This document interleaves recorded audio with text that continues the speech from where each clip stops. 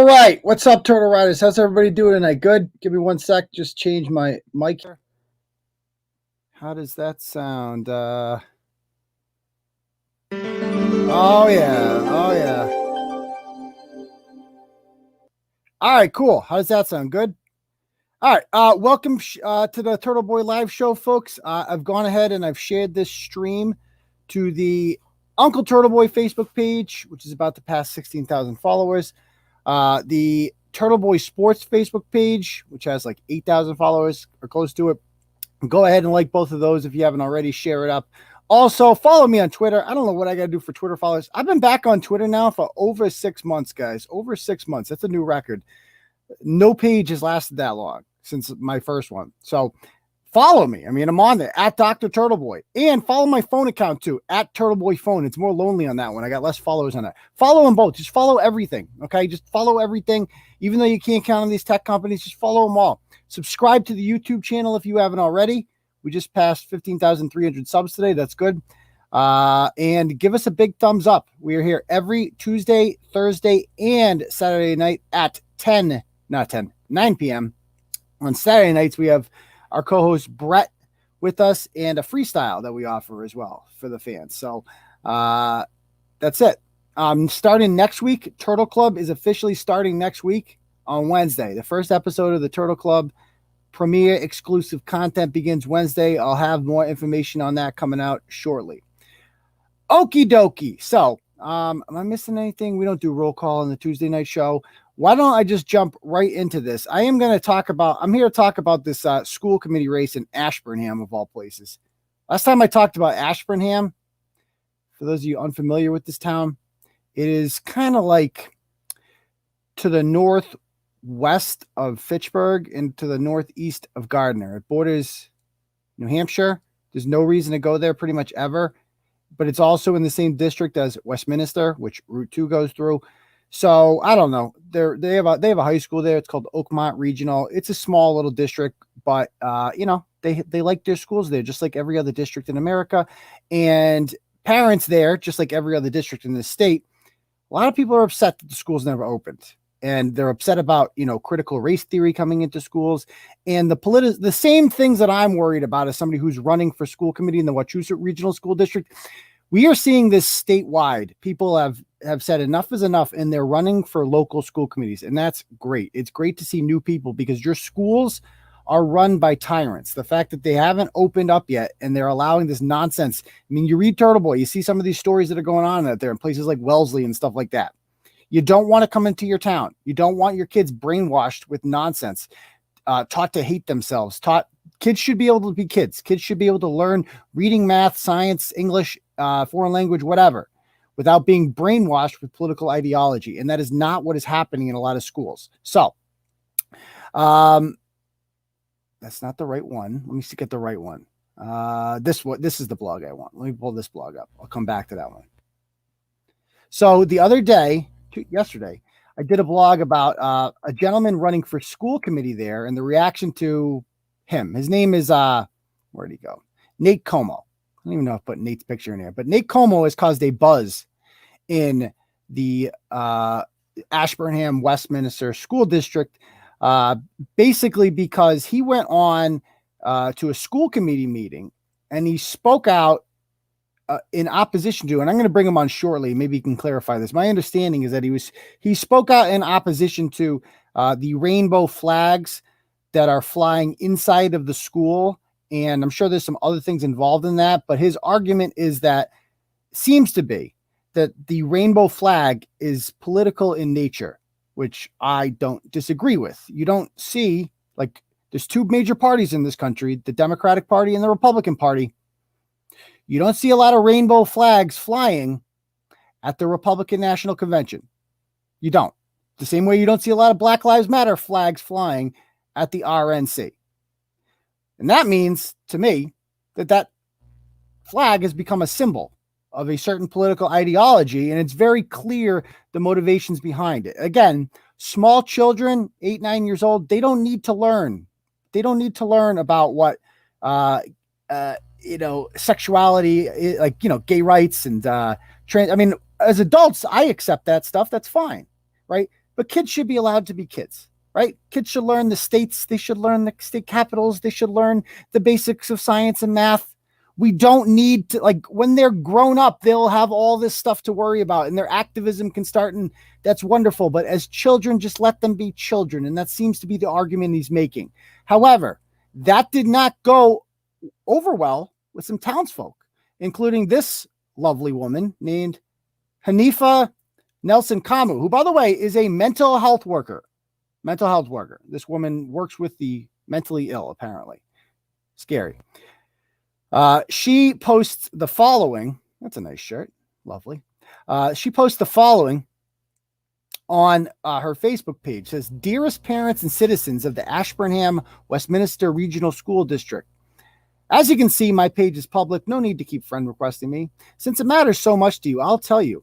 I will be voting for Winnie Kender." So Winnie Kender is the incumbent in this race. And I guess she's woke. I don't really know that much about her, but all I know is she's not the other guy. So everybody likes her that we're talking about in this thing today. So she goes, "I'll be voting for Winnie Kender for school committee. In addition to being, quote unquote, gay as fuck, I am Black and my life matters." Well, thank you. Thank you for clearing that up. I was wondering if you were gay I knew you were gay. I didn't know you were gay as fuck, though. So thank you for clarifying that. That really added a lot.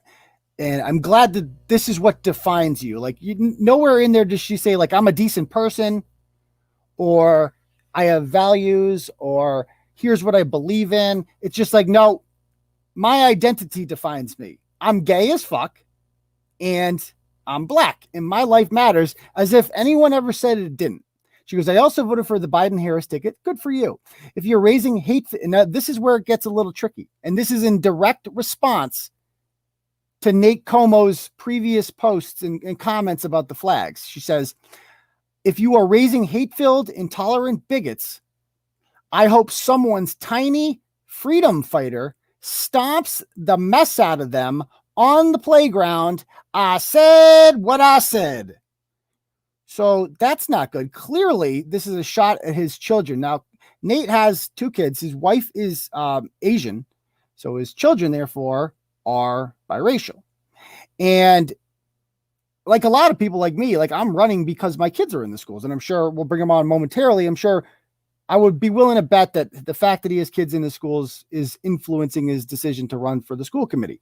But this woman is openly saying, if you're raising hate-filled, intolerant bigots, that's a shot at him. I mean, you don't have to be smart to read through the lines and see that that is clearly a shot at his children. If you're raising hate-filled, intolerant little bigots, I hope someone's tiny freedom fighter stomps the mess out of them on the playground. So advocating for physical violence, like, if you don't agree with me, if your take on social issues are not congruent to mine, then your children deserve to get their ass beat on the playground. This is a grown adult who works with mental health. Now, in a sane world, this woman would be widely condemned for posting something like this. Widely condemned. However, keep in mind, the most important thing that she said in this rant wasn't that kids should get their shit kicked out of them. It's that she's gay as fuck and she's Black. And what that is a shield. That's like basically saying, like, oh, I'm gay as fuck and Black, so I'm immune to criticism. Now I'm going to say some crazy shit.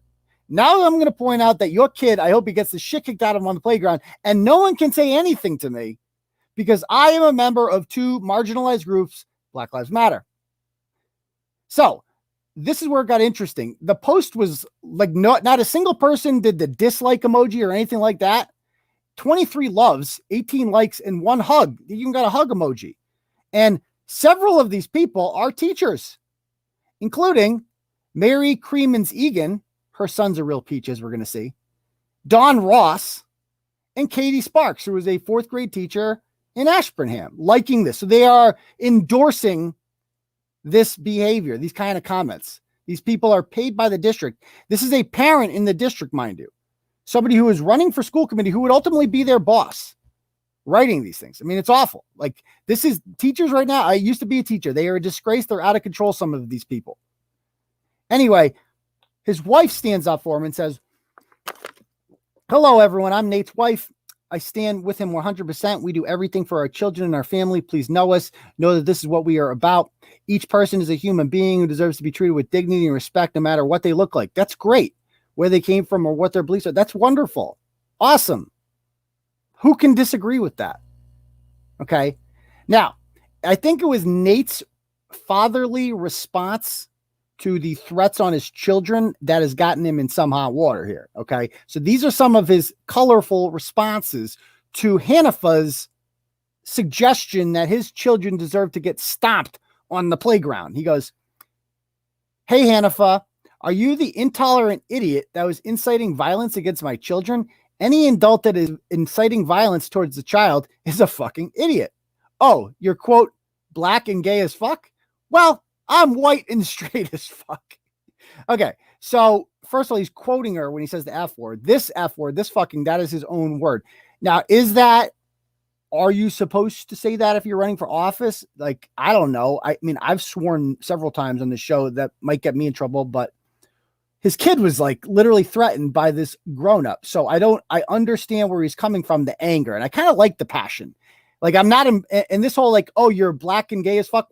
I'm not impressed by that. He's basically saying, he goes, "You want to incite violence towards my family and my kids? You fucking overly woke, never been discriminated against, same opportunities as everyone else having, bitch. God bless you." That is fantastic.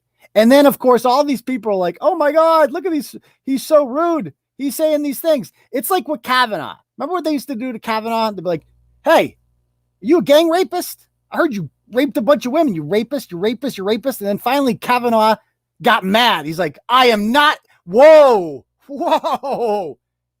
Take it easy there, buddy. You got to go to anger management problems. That's basically what they did. You can't keep pressing someone's buttons like that and like doing fucked up shit to their family. And then when they react equally, be like, "Whoa, that's unbecoming. That's unbecoming. You can't do that. That's not dignified." Well, but beating kids up on the playground evidently is to these people. Now, Hanifa starts posting, because he ends up posting this retort to it. Okay. And she goes, "When the quote unquote, I'm not a bigot, I have a gay family guy runs for school committee, someone find his brother and get the lowdown on him. He is literally backed by the actual hate group Mass Family Institute." Now, I don't know much about the Mass Family Institute. I don't know if they're like a traditional marriage group, but they always bring them up as like this white. I bet you they're on the SPLC's stupid list. I bet you they are. I don't know, but I'm willing to bet they're on the SPLC's list of problematic organizations. But Nathan Comeau writes this whole thing. Now, let me read this to you. He goes, "Good morning, Ashburnham residents. My name is Nate Comeau. I'm pretty much a lifelong Ashburnham resident. The only time I wasn't living in Ashburnham was when I was serving in the Marine Corps. So he served his country. It was recently brought to my attention there was a lot of hate and misinformation, lies being spread about me online. And I just wanted a chance to clear some of that up. Number one lie, that I'm anti-LGBTQ. Nothing I said in my statement to the school committee implied that I was anti-LGBTQ at all. In fact, I said that I wanted all students to be included and to have equal access to anything that the school has to offer. All students, including LGBTQ students, not that it's anyone's business, but I have a gay brother that is married to a man, and I have nothing but love for both of them. My wife and I loaned them thousands of dollars for their wedding and recently helped adopt their son. We're not anti-LGBTQ. So right away, one piece of advice I'm going to give him is like, never, ever, ever play the "I have a gay brother" card. That's like the homosexual equivalent of the "I have a black friend" card. Guess what? They're not going to be impressed by that. That's not going to win them over.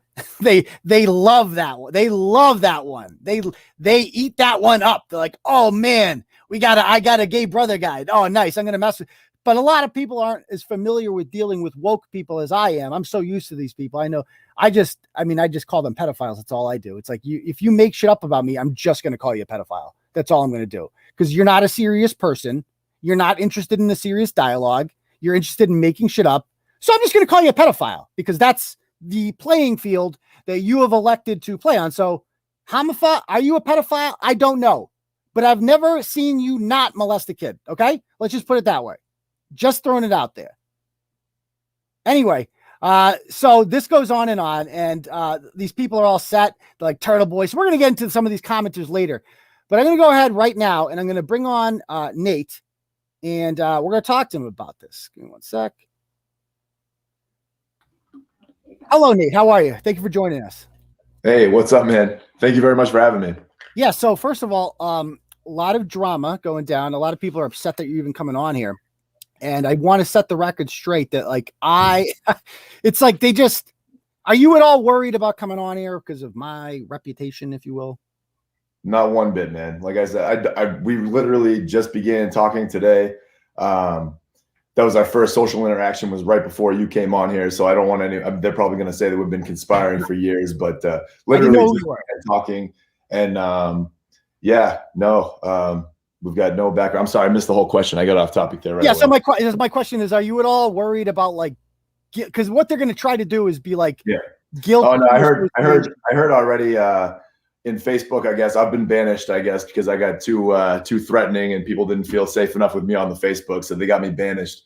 But the same people that incited violence towards my kids, basically. Yes. Or approved of it. I don't feel unsafe at all. I just met you, but we probably don't agree on everything, but I feel like it's good that you have me come on here and we can talk like men and just talk like normal people. And, even if you said something I don't agree with, I'm not going to call you a racist bigot. I feel like this is we can have a conversation here. I feel totally safe. Yeah. I mean, I feel like the vast majority of people you meet in daily life are not racist. They're just regular people. People have different opinions. That's okay. Totally. In this case, so let's talk about because what they're going to try to do, and this is so sad and pathetic, is they're going to try to see they can't find anything that I write that's that bad. Like the blog was not bad. Like I didn't insult a lot of people or anything. I just used their own words. So what they try to do is they go in the comments section, and the comment section is the Wild West. I'll give you that. It's been something I've dealt with over the years. I can't control the comment section. Either I spend all day policing it, which will only just encourage more shit posting, or I just end it. So it's like, they'll just be like, well, he's going on this website and here's a comment on that website. Therefore, he's affiliated with this. It's so ridiculous. And I'm happy that you're not letting that stop you, because that's only a child thinks like that. Well, it's kind of like the Massachusetts Family Institute. I don't know much about them. Yeah, tell me about them. Tell me about your relationship with them. So I guess people in town had heard that I had run. They saw me make the statement, and they liked it. They approved of it, and then they saw how I was getting torn apart on Facebook. So they had reached out to MFI, who reached out to me and said that they supported me in this. They don't want the LGBTQ indoctrination being pushed in the young kids' schools, elementary school, 4 to 11-year-old schools. So they, I don't know everything that MFI stands for, similar to how you and we probably don't agree on everything. But as far as that topic, as far as tax money going towards that being funded, for indoctrination, we weren't for that. So I stand with MFI on that. I don't know if I agree with them on. I don't know everything that they stand for on. You know what I mean? It's like I know. So let me ask you. So what motivated you to go in front of the school committee and bring up this issue? There was the strongest motivator was a family that I actually mentioned in the statement that we had known through church, but it's not like, everyone's trying to make it that it's all about overly religious, but we just knew this family. They were a good family. I'm not like super religious trying to push it on anybody. We happen to go to church, and we're being judged for that. But so I had known this one family and had coached their little kid in soccer. Great family, good people. And then like 2 years ago, the flags had started going up, or whenever it was, 2-3 years ago, they started going up like crazy. They started pushing more and more of like use the proper pronouns and like making kids even think about stuff like this. They started doing more of like reading stories based on, with transgender kids in it and stuff like that, just making young kids think about this stuff at such an early age. And it's like, I think you nailed it in the intro where you're talking about let the kids be kids. And it's like, they're 4 to 11 years old and they're trying to introduce this stuff super early. And it's like, I just remember, I don't know, if anyone can relate to my kids are right now in the 4th grade, which is wild, this one team.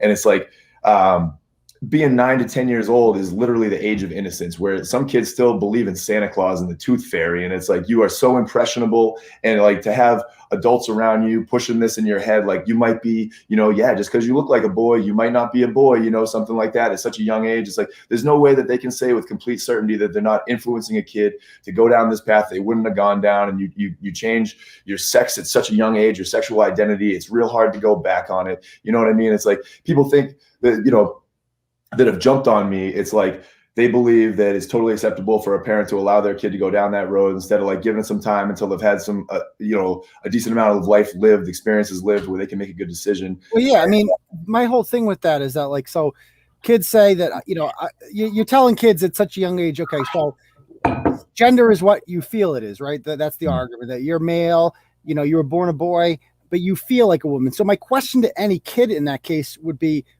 well, what is a woman?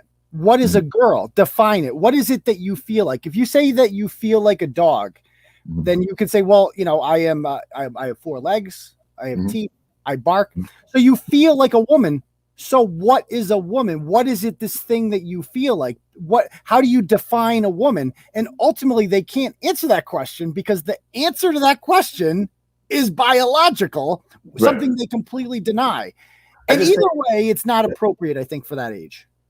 Definitely. And I think, no one knows for sure. They'll say that they're born like that. There's a lot of good science to back that. There's this one study called the ACEs study, Adverse Childhood Experiences, with tons of research on it. And it basically, what that study finds is that what you're exposed to as a kid strongly dictates to, even your brain chemistry and how you view the world and the development of mental health conditions. If you're not getting the proper love and support at a young age, it can affect you differently. So there's a strong argument that can be made that, transgender people develop that way because of what they're exposed to as a kid. So for them to say that they know for sure that they're born that way is really their beliefs, and they're pushing that at a young age. And they don't know that. That's your belief. That would be, I wouldn't push my belief that what they're exposed to as a kid, strongly dictated that, because it's my belief. I don't know that for sure. It's just, public elementary school is not the place to be pushing your beliefs. It's not the place. And they try to jump on me for the religion. And it's like, like I said, there should be no religious talk. There should be no political talk. There should be no sexuality talk in elementary school, because these kids are so impressionable.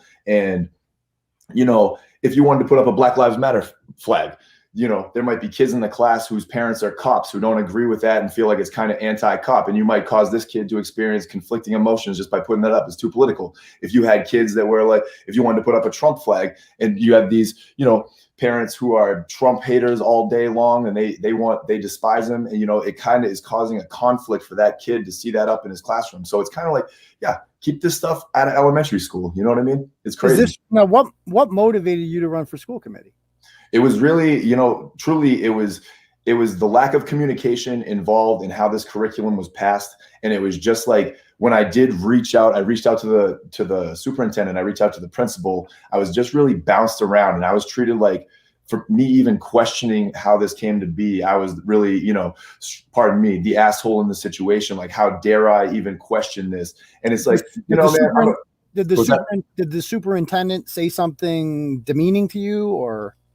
No, never demeaning. He's been easy. You know what? I think it goes beyond him. I think you also said that, and it's like, it's not just Ashburnham. It's not just Massachusetts. It's really nationwide, and they're trying to just continue to make it younger and younger. I remember I went to Briggs. I went to this school, and they're trying to make it seem like it was this dangerous place for LGBTQ people, and it wasn't a dangerous place for anyone. And for Hanifa to act like that, like it was dangerous, I just strongly doubt that she experienced any real discrimination. My wife is full. I have no doubt. I have no doubt she disgraced, especially in Ashburnham, very little discrimination. I mean, no legalized discrimination, certainly, because it's illegal to discriminate based on race, thanks to the Civil Rights Act.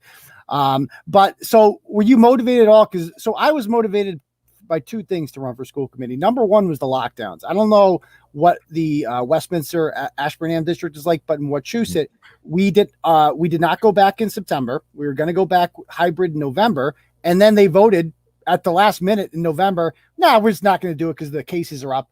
And then parents started getting mad, and there was a lot of rumble and run for school committee. And I kind of organized the campaign to email the superintendent and the school committee, and hundreds of people did. And next thing you know, they're like, okay, we went back hybrid on January 19th. And that was my number one motivation, is they've let the kids down. And number 2 was this idea, like I've said, I write about these things every day. People send me stories from school districts, Black Lives Matter curriculum being pushed on kids as if it's like something that everybody agrees with because it's a catchy slogan. Black Lives Matter, it is a very good slogan.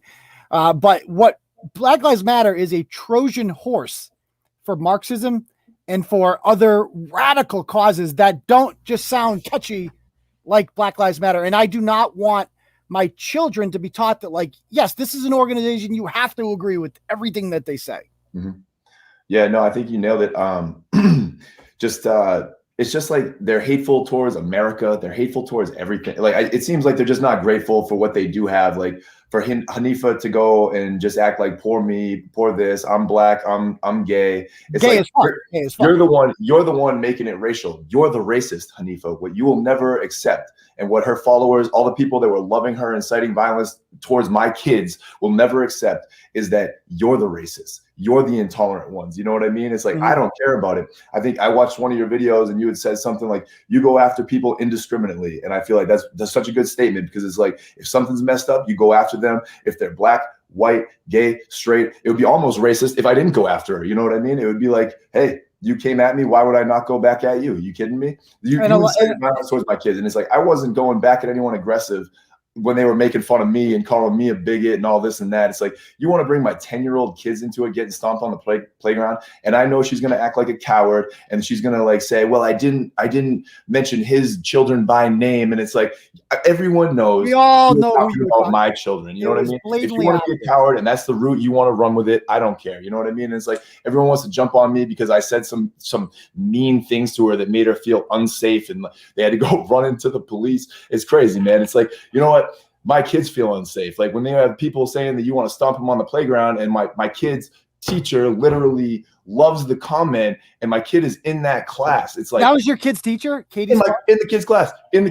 You know what I mean? And it's like, truly, dude, like, for you to be saying, I feel unsafe, oh my God. And it wasn't just Hanifa calling the cops. It was like, there were people reading my Facebook text as a pissed off father going, they called the cops on Hanifa's behalf, saying, wow, we need a welfare check. And it's like, where's the welfare check for my 10-year-old kids that Hanifa wants to stomp out, or her followers want to stomp out? You know what I mean? Not even she wants to stop out. She wanted to do some Lord of the Flies shit and get the freedom fighter kids to do it for her. They're so, the people, and it's not all of them, but the ones that are all like trying to act like they're in such grave danger, and if the flags don't go up, then they're going to commit suicide. It's like, if you listen to that, if you sit back and go, are you really in danger? Because I talk to all the people that I've been around here my whole life, pretty much. And it's like, I've talked to all people that have been around here. It's like, have you ever heard of a gay or transgender person or any lesbian person being attacked, or like, because they're gay or transgender? And it's like, everyone's like, no, man, it would have been all over the news in Ashburnham. Everything makes the news in Ashburnham. I'm like hanging out because this is a school committee seat and everyone's fired up about a school committee seat.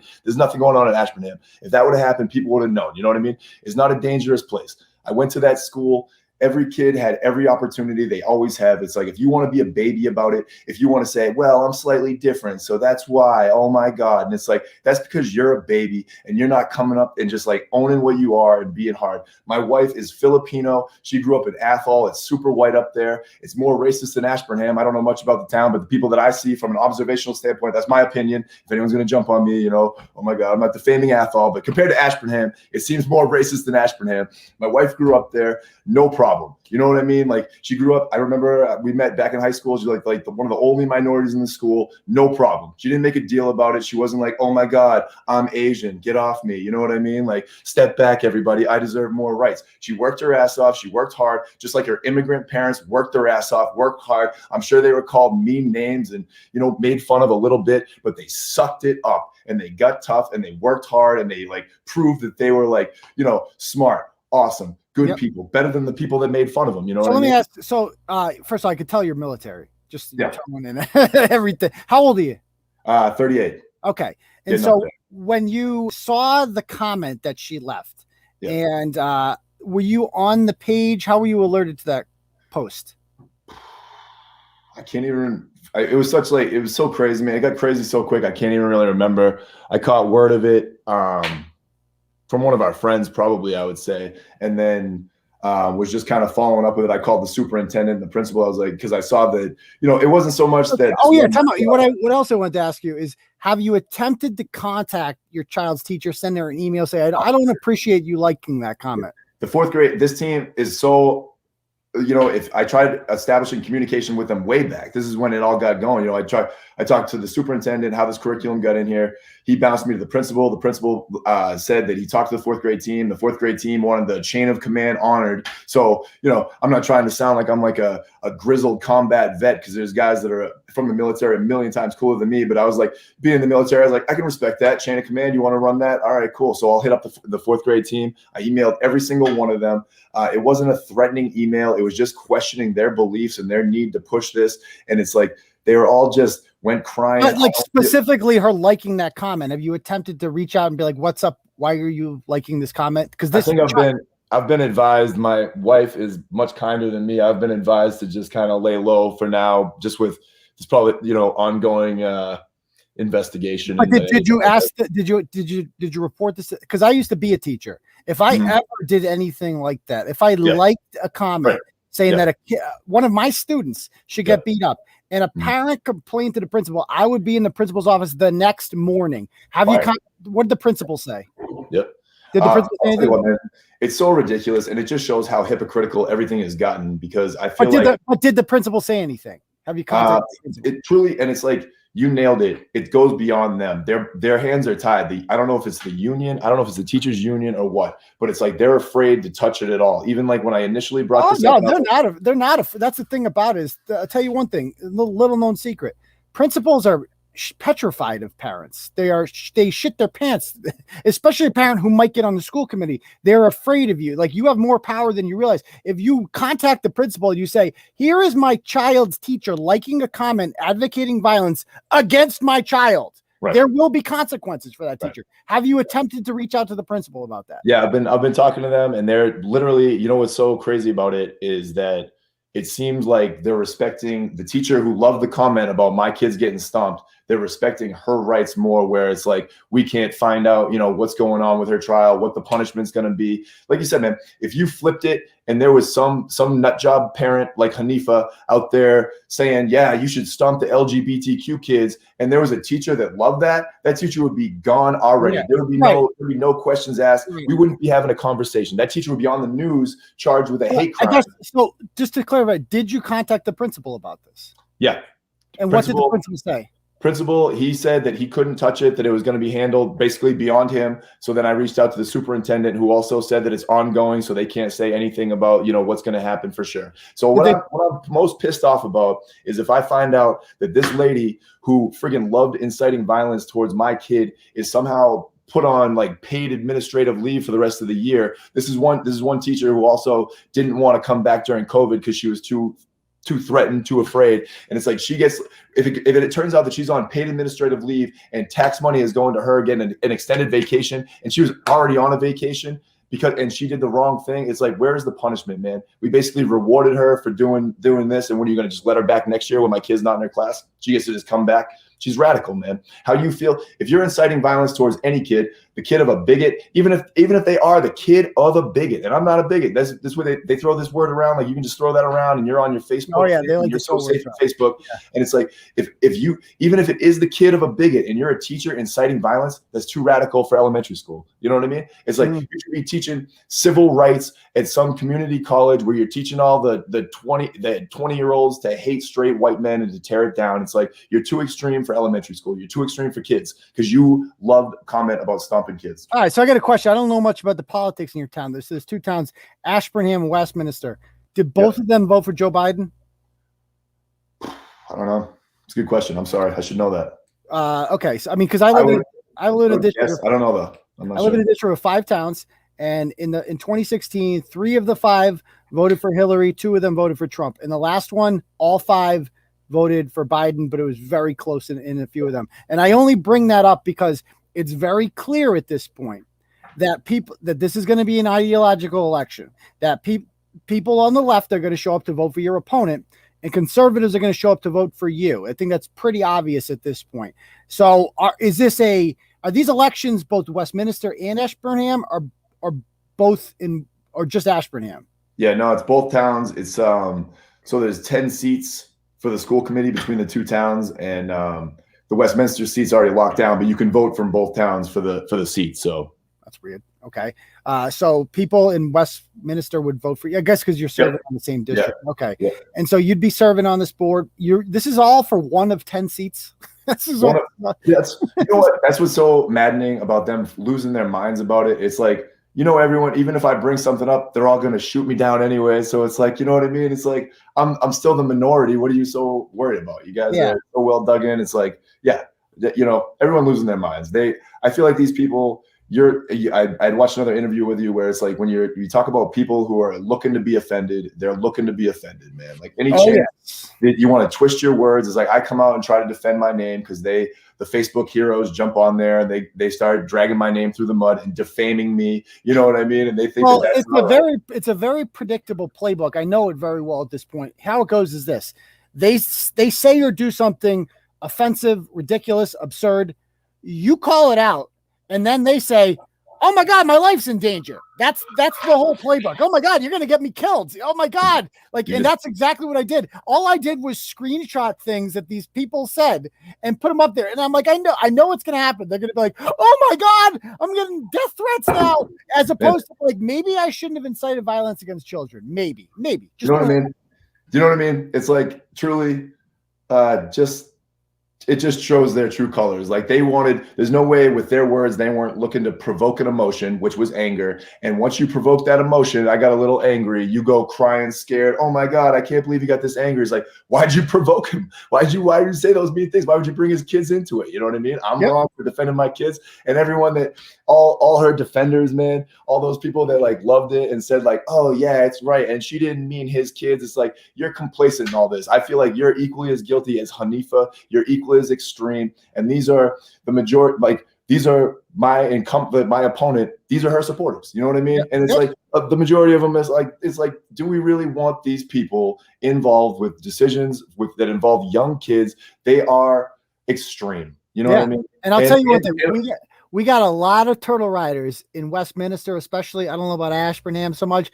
And I hope people are watching this because I bet you a lot of them didn't vote normally in school committee elections. Guys, get out to vote. I want record turnout in your local school committee. Vote for anybody new. So if you live in Westminster or Ashburnham, vote for Nate Comeau. Just vote. Like, we need either way, we need to send a message to the incumbents that like what you did to these children with COVID is unacceptable. Unacceptable what you put these kids through, because like you said, they're, young, healthy teachers were worried about catching a virus that could not kill them if they tried.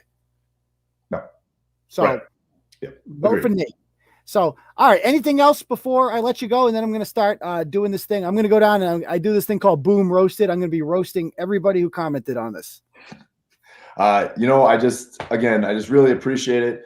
Anyone who feels like-minded in the Ashburnham, Westminster area, I'm not extreme. Like this side has shown that they're extreme. I'm not trying to push any agenda. I think it was pretty clear in my statement. I'm not pushing any religion, any politics. I want the kids to go in there and be awesome in science, awesome in math.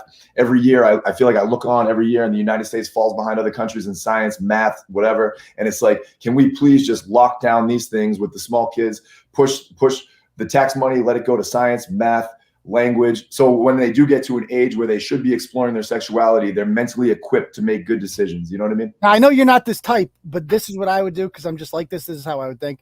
So you have kids who are biracial. Your wife is Asian. Yep. Anti-Asian shit is hot right now. Like that is the ultimate victim card.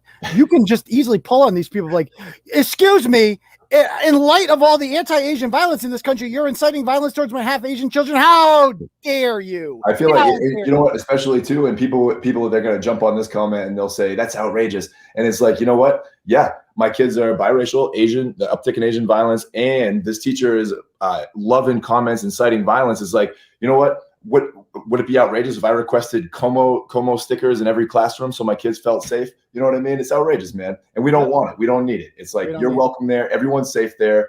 Cut the crap, adults trying to push your thing on all the young kids. Get real. You know what I mean? Please come vote, everyone. Any like-minded people. What day is the election? The 27th? April 27th. If you're an Ashburnham resident, it's going to be at Briggs. And if you're a Westminster resident, I believe it's at the Senior Center. Please come vote. Any like-minded people, spread the word. All right. Sounds good. We'll be watching. All right. Thank you for coming having me, man. Appreciate it. Bye.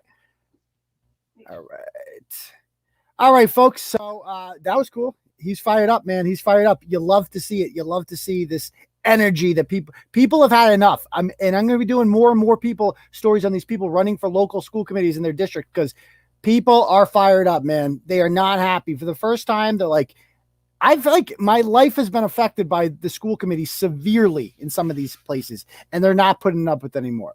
All right, let's roast some people here. Let's go through some of these comments, because they're very upset. Some of these people in Westminster, they're very upset. So we're going to bring some of them up, and let me pull this one up right here. Okay.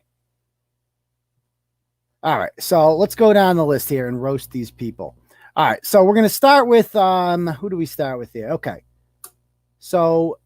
I'm going to go right to the criticisms of Turtleboy, because that's the one I really had a problem with. Okay. So Pat Stewart says, she goes, oh, by the way, Trump 44% and Biden 55%. So that's doable. That's like not over the top for Massachusetts. Okay. Attention, Ashburnham resident members. Someone has taken all the discussion about LGBTQ+ and names of people involved in the conversation and sent them to troublesome website called Turtleboy. The information posted is misconstrued, incorrect, and extremely dangerous. If anyone knows who did this, please PM me. The police have been notified. I would advise anyone who made supportive comments to Winnie Kender or made negative comments about Nathan Comeau, please be careful. I'm so sorry someone did this. It is a vindictive action that serves no one well. Okay, well, Pat, first of all, nobody sent them to me. I got them myself because your page is wide open. I know you're like a boomer who doesn't understand how the internet thing works, but there is a setting on your Facebook group that you could make private. It is not private. It is open. So I just kind of walked in there and I screenshotted all them joints myself. So yeah, you might want to make your page a little bit more private. On top of that, nothing in there was misconstrued. Nothing was incorrect. It was literally screenshots of things you people said inciting violence towards children. And certainly none of it's dangerous, because criticism of speech that advocates violence towards children is not dangerous. It's legitimate speech. And the fact that you contacted police is an absolute joke. Boom, roasted. Next. We got, this is great. Guys, she was gonna remove the links to the site, but she had to milk the goats, okay? The goats come first. It's not easy being a Ashburnham Facebook moderator. You gotta moderate a lot of comments and milk the goats. So give her a break. All right. Give her some slack. What else we got here? We have, okay. Next one. She says, please do not judge anyone from the information posted on Turtleboy. They are lying outright and nothing they say can be trusted, including likes. This is why social media is so dangerous. So what she's trying to say here is that Turtleboy is lying when he says that these teachers liked those comments. Except I'm not, because you saw the likes themselves, Pat. Again, that's not how the internet works. Go out and milk the goats again. Boom, roasted. Next. These people, they're a riot. Who else we got here? Okay, Mary Kate Harper says, whoever gave this to TB does not have the best interest of this town or the kids at heart. If anyone needs support, we are here. Actually, Mary Kate, I do have the best interest of the kids at heart, which is why I defended a child, 2 of them, who were being threatened by a crazed, gay as fuck woman who wanted them stomped out on the playground. So it is actually you who does not have the best interest of this town or the kids at heart. Boom, roasted. Next. Oh, then there's poor Brooke here. This Brooke girl. Oh, she's something else, this chick. Okay. It's really awful. Community members are getting death wished upon them. It's just like, it's the same playbook, isn't it? It's always the same playbook. Oh my God, I said something stupid and then someone criticized it and now I'm getting death threats.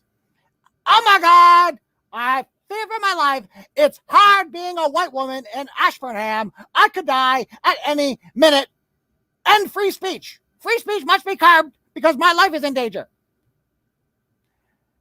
And being called some awful slurs in the comments of the article. Again, so I know individuals who have gotten actual death threats sent to them after being doxxed by their, another one of their favorite words, doxxed. They have no idea what any of these words mean. Oh, they're such children.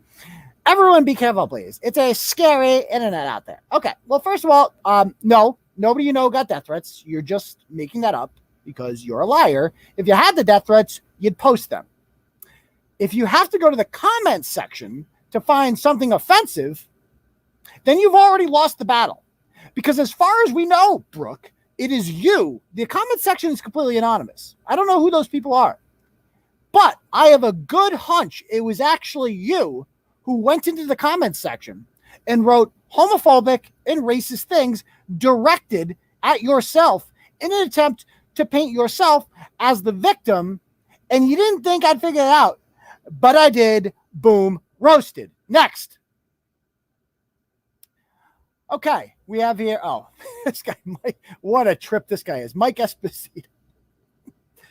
I hate Turtleboy so much. Oh, I hate him. My roommate was trolled by him at one point. Oh, no. Must have been nice. And my friend Angie has been written down 3 fucking times. Well, she's probably a real peach if she appeared on Turtleboy 3 times. She's probably a lovely person. You know, he's going after a kindergarten teacher because she said mean stuff about Trump on her private Twitter account. LOL, I got into it with him on a Quincy page when I lived there because he published an extremely racist article about a massage parlor.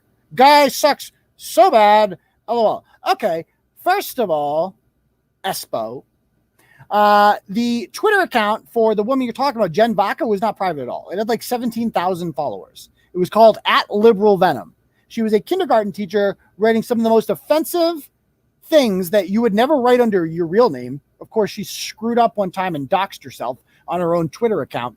And she's since been fired. So it turns out the Marlboro Public Schools agree with me. Secondly, there is no such thing as private Twitter or private Facebook. That is not a thing. I know that you think it is, but it's not. Legally, it's not.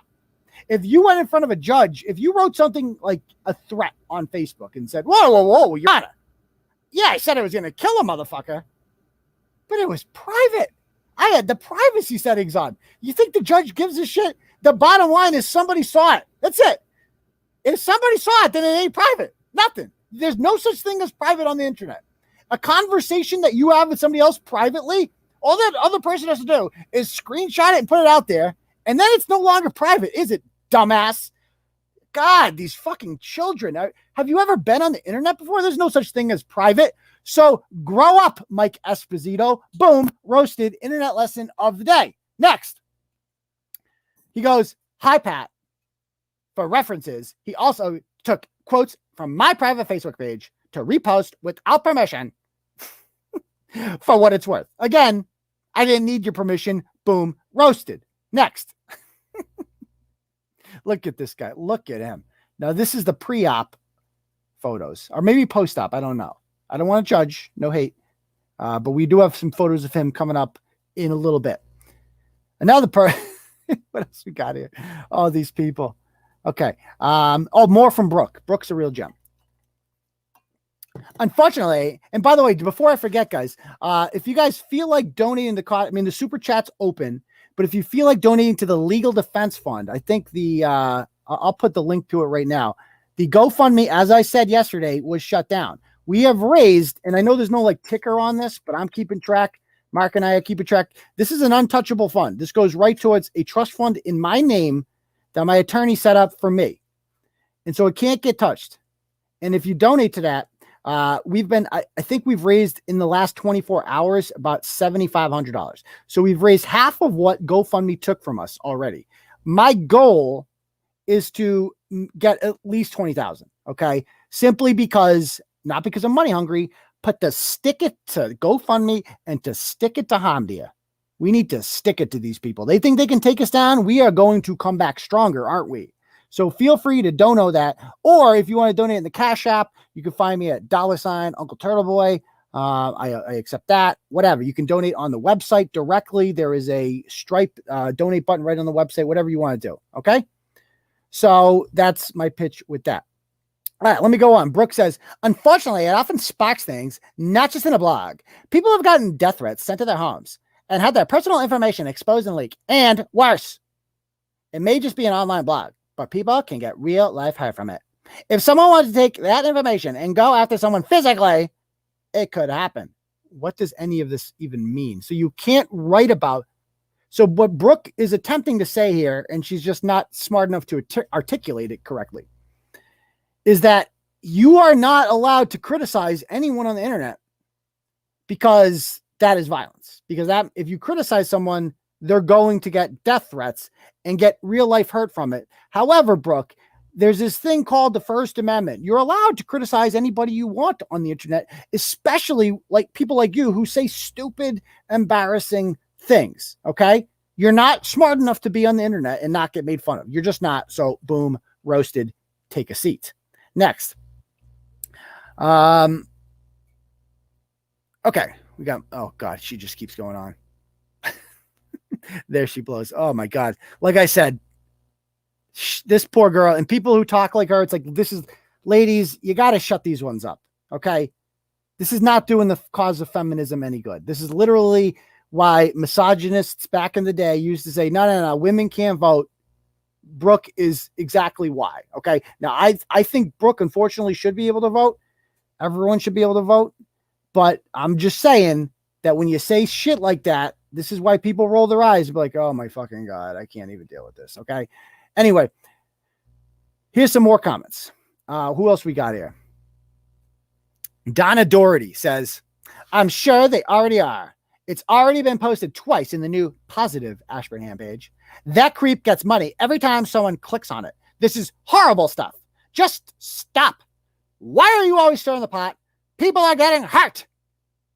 And then Christina Lewis-Vickers, so she's got a dash in her name, so we already know everything we need to do about her. Hyphenated last name. But you're endorsing it by reposting it. What don't you understand? Stop playing nice when you are part of the problem. Remove that link. Shake my damn head. First of all, no one's getting hurt from it, Donna. You're just making that up. I've seen your picture. You're in your 60s. Again, you're way too old to be on the internet. Maybe you have a kid. Do you have a kid that can come on and like speak for you or coach you, something like that? You don't know what you're doing. You ended up on Turtleboy because you're a freaking moron. Just stop talking. Boom. Roasted. Next. What else we got here? Oh, Johnathan. This guy is a real peach.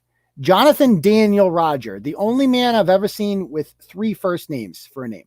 Johnathan Daniel Rodger. He goes, I'd strongly recommend that anyone getting death threats report them to the APD or state police and let them know exactly what site is causing it. Please, I'm begging you people out there, just call it 1-800 state police. We'll call them right now. Okay. 1-800 state police. Okay. Ring. Oh, yes, Mr. Trooper. Yes, I would like to report something. Okay, now there's this gentleman on Facebook named Turtleboy, and he writes this. Oh, you've heard of him? He fixed your organization. He forced your colonel to resign, and he exposed massive amounts of corruption. Oh, I didn't know that. Okay, sorry, but anyway, so you don't like him either. So maybe you can help us out. Well, there's this guy Turtleboy. Like I said, he's putting blogs out there. And they're critical of other people, right? See what he does. He's figured this thing out where he does a screenshot. He screenshots what you write, and then he puts it on his blog, and then he writes little sarcastic comments about it. Yeah. He doesn't agree with them. He disagrees. Can you believe that? Who would ever disagree with us? We're the moral authority. Exactly. So, and you know what? If I have a form right here that I found that Andrew Rudick brought up, and it is for the FBI internet crime complaint. Yeah. What do you think about that? So, how soon can you get over here? How soon can you send a vehicle over? What? You're not coming? What do you mean you're not coming? But somebody said something mean on the internet. Hello? Okay, he hung up. Yeah. So I guess it didn't work out. Boom, roasted. Next. Oh, this gets better. Andrew Rudick's a real, and I think I saw Andrew in the comments. If Andrew wants to come on, Andrew, I want to invite Andrew Rudick on the show because we're going to roast him a little bit. He's more than welcome to come on the show. There is the link, Andrew. If you're a man, you'll come on the show and you'll debate me. I don't think you'll do it, but all you got to do is click on that little link I sent there. Again, posting it again, right there. Come on. Come join the party. You've seen it out there, Andrew. That one's for you. Come join the fun. We're going to talk about your stupid comments now. He goes, and Tim Hill, the voice of reason, says, good luck arguing against the First Amendment. And Andrew says, Tim, if individuals have actually received death threats and they're targeted and harassed repeatedly, that's actually a crime. And that's a great point, Andrew. Yes, that's a great point. If people get threatened by other people, that's a crime. You can't do that. However, you seem to be confused here about who would be the person that would get arrested for that crime. It would not be the person. It would be the person who actually sent the threats. Yeah. As it turns out, I know this is fucking crazy and you're new to this all. So bear with me. If you write something on the internet and it is not a threat, then you have not committed a crime. And I have not written any threats on the internet. However, if third parties read that and then they go and commit a crime afterwards, they are the ones who will get in trouble for committing that crime. That's like saying that, well, I just read Tom Sawyer and then I went out and shot somebody. So you better go arrest Mark Twain. You better go get on that because I read Mark Twain first and then I committed a crime. No, that's not how the First Amendment works, dear. Boom, roasted. And where are you, Andrew? I mean, you're not coming on here, man. You're not coming on. Again, why won't you come on? Are you scared? Are you scared? You like talking shit when I'm not there. But now's your chance. Come on and face the big boy. Come play with the big boys, Andrew. If that's even your real name, come play. All I want to do is talk. I don't bite. I just want to have a little discussion. Yeah, I'm going to roast you. I'm going to make you look stupid. I'm going to embarrass you a little bit. Everyone's going to laugh at you. But you're going to be stronger because of it. Trust me. I'm going to make you a stronger person because I care about you. I care about you. So Dorothea says, this isn't free speech, nor is the post a parody. While libelous, that's not at all what's happening. Well, first of all, it's not libelous because I don't think you understand what libel is, Dorothea. Nowhere in there did I say anything that was untrue, malicious, nor did I cause anyone any monetary damages. So it has reached exactly zero aspects of libel in civil court. Zero. So you're wrong. You don't know what those words mean. Boom, you're roasted too. Andrew goes on to say, this is great. This is great. I love this one. He has won many defamation arguments in court and lost on motions for some temporary restraining orders. Harassment cases I looked at a little bit differently. Okay, so yes, I have won many defamation arguments in court. I've won them all, actually. And lost on some motions for temporary ROs, except I haven't. Name the temporary RO I've lost on. I've won on every single temporary restraining order that is attempted to get put on me. I've won them all, brother. All of them. And not only that, that's when I'm on the defensive. I've got restraining orders put on people. Multiple people. Ask Wayne Sabonik about me. Ask Charlotte McFarland about me. Ask Ashley St. Angelo about me. Oh, wait. You can't ask Ashley St. Angelo that because Ashley's in jail tonight, sleeping in a jail cell. Because, oh yeah, I got an order put on Ashley St. Angelo. Ashley violated it. And now there's a warrant out for Ashley's arrest. And Ashley thought that Ashley could sit in Rhode Island and continue to violate the warrant. So what I did is I went to the district attorney's office, the Worcester County District Attorney's office, and I simply asked them, can you make the warrant extraditable? And guess what? They did. It was that simple. I just asked them to do it. And they did it. And now Ashley got picked up by East Providence Police. And Ashley's in jail tonight, so you can't call Ashley to confirm, boom, roasted. He goes on to say, and this is just the comment of the night, just the most brilliant comment I've ever seen. And I thought it was a joke. But it turns out it's serious. And by the way, I still don't see Andrew backstage. Almost like Andrew's a little bit of a pussy. Yeah. They're all scared. And that goes for any of the haters, not just Andrew. Any of you people who wanted to run your mouths in this group, and make up shit about me, and now's your chance to confront me. I don't bite. We're not in the same room. I'm not going to hurt you. Come on here and defend yourself. What are you afraid of? What are you afraid of? You'll go on these groups and you'll talk shit and you'll make shit up. And then the guy who you allegedly hate so much is giving you a chance to come on and just let me have it, man. Tell me everything you feel. Ask me anything you want. And you can't do it. Why is that? Why is that? Because you're a fucking coward. You're sitting there and you're hiding and you're afraid. And you just like to talk and write things on your little thing. Oh, man, I'm going to see this in my little private Facebook, but no one's going to see it. Boom. And then I see it and I call you out on it. Yeah. Yeah. And then you show up here in the comments, but you won't come up and talk to me because you know I will eat you up because I am your intellectual and moral superior. I will run circles around you intellectually. I'm smarter than you. I'm a better speaker than you. I'm quicker on my toes than you. At every aspect of life, I am superior to you, which is why you hide from me, because you're afraid of me and you won't dare. And this is why you have to go and you have to say Waters versus Facebook Inc. and all, including Kearney, will be interesting. Guy is a walking liability. So guys, he must be new here. He must be new here. If you're unfamiliar with Ryan Waters is a homeless man who we wrote about in early 2017 because he was arrested for beating the shit out of a woman named Samantha Cardin, who was the mother of her child. She posted pictures of her face all bruised and stuff on Facebook. And he was arrested for killing their dog, stomping its spine. We know that because we read the police report and we saw the vet's report in which the vet says that the dog was stomped to death. On top of that, he has not paid a dime in child support to his special needs daughter, not once. He started a GoFundMe to raise money for the lawsuit, pocketed the cash. He was represented by another derelict attorney who I defeated in court, who shall go unnamed. And on top of that, when that lawsuit failed, when he attempted to sue me for libel, he has attempted to take on multiple criminal complaints. All of them get laughed out of court.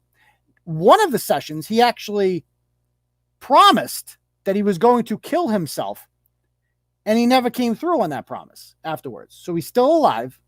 He's still doing nothing. He has lost every criminal complaint, every harassment order attempt to get me in court. And now he has filed a complaint in federal court against me, the Ratchet known as Cape Peter, his court-appointed attorney, the Palmer Police, the Springfield Police, the State Police, Facebook, Google, and Attorney General Maura Healey. All of us, we're all co-defendants together. It is the biggest joke of a lawsuit ever.